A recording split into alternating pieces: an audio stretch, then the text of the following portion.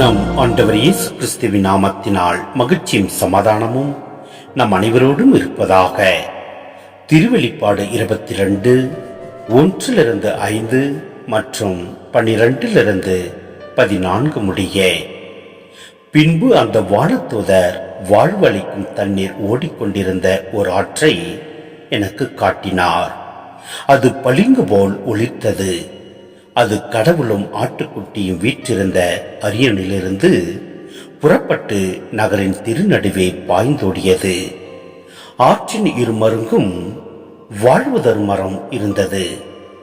மாதத்திற்கு ஒரு முறையாக அது ஆண்டுதோறும் 12 முறை கனி தரும். அதன் இலைகள் மக்களினங்களை குணப்படுத்தக்கூடியவை. சாபத்துக்கு உள்ளானது எதுவும் நகரில் இராது. கடவுளும் ஆட்டுக்குட்டியும் வீற்றிருக்கும் அரியணை அங்கு இருக்கும். கடவுளின் பணியாளர்கள் அவரை வழிபடுவார்கள். அவரது முகத்தை காண்பார்கள். அவரது பெயர் அவருடைய நெற்றியில் எழுதப்பட்டிருக்கும். இனி இரவே இராது. விளக்கின் ஒளியோ கதிரவன் ஒளியோ அவர்களுக்கு தேவைப்படாது. ஏனெனில் கடவுளாகிய ஆண்டவர் அவர்கள் மீது ஒளி வீசுவார். அவர்கள் என்றென்றும் ஆட்சி புரிவார்கள். இதோ நான் விரைவில் வருகிறேன். அவர் செயலுக்கு ஏற்ப அவருக்கு நான் அளிக்கவிருக்கின்ற கைமாறு என்னிடம் உள்ளது. அகரமும் நகரமும் முதலும் இறுதியும் தொடக்கமும் முடிவும் நானே. தங்கள் ஆடைகளை துவைத்துக் கொண்டோர் பேறு பெற்றோர். வாழ்வு தரும் மரத்தின் மீது அவர்களுக்கு உரிமை உண்டு. அவர்கள் வாயில் வழியாக நகருக்குள் நுழைவார்கள்.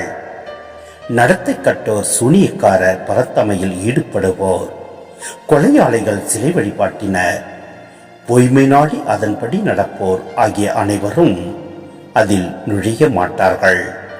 சிந்தனை: கதிரவனோ நிலாவோ தேவைப்படவில்லை. ஏனெனில் இயேசுவே ஒளியாக இருக்கின்றார். யோவான் 8:12 எபிரேயர் 1:3 நாம் பார்க்க முடிகின்றது. மேலும் வாழ்வளிக்கும் தண்ணீர், இது நிலை வாழ்வை குறிக்கின்றது. தொடக்க நூல் 2:9-10 இவை குறித்து நாம் பார்க்க முடிகிறது. மேலும் அவரது முகத்தை காண்பார்கள். ஆம், பாவம் செய்யும் மனிதர்கள் கடவுளை நேரடியாக காண முடியாது. விடுதலை பயணம் 33:20-23 நாம் இவை குறித்து பார்க்க முடிகிறது. ஆனால் பாவமோ தீமையோ இல்லாத இப்புதிய உலகில் வாழ்வோர் கடவுளை நேரடியாக காண முடிகிறது. மத்தேயு 5:8 1 கொரிந்தியர் 13:12 நாம் பார்க்க முடிகிறது.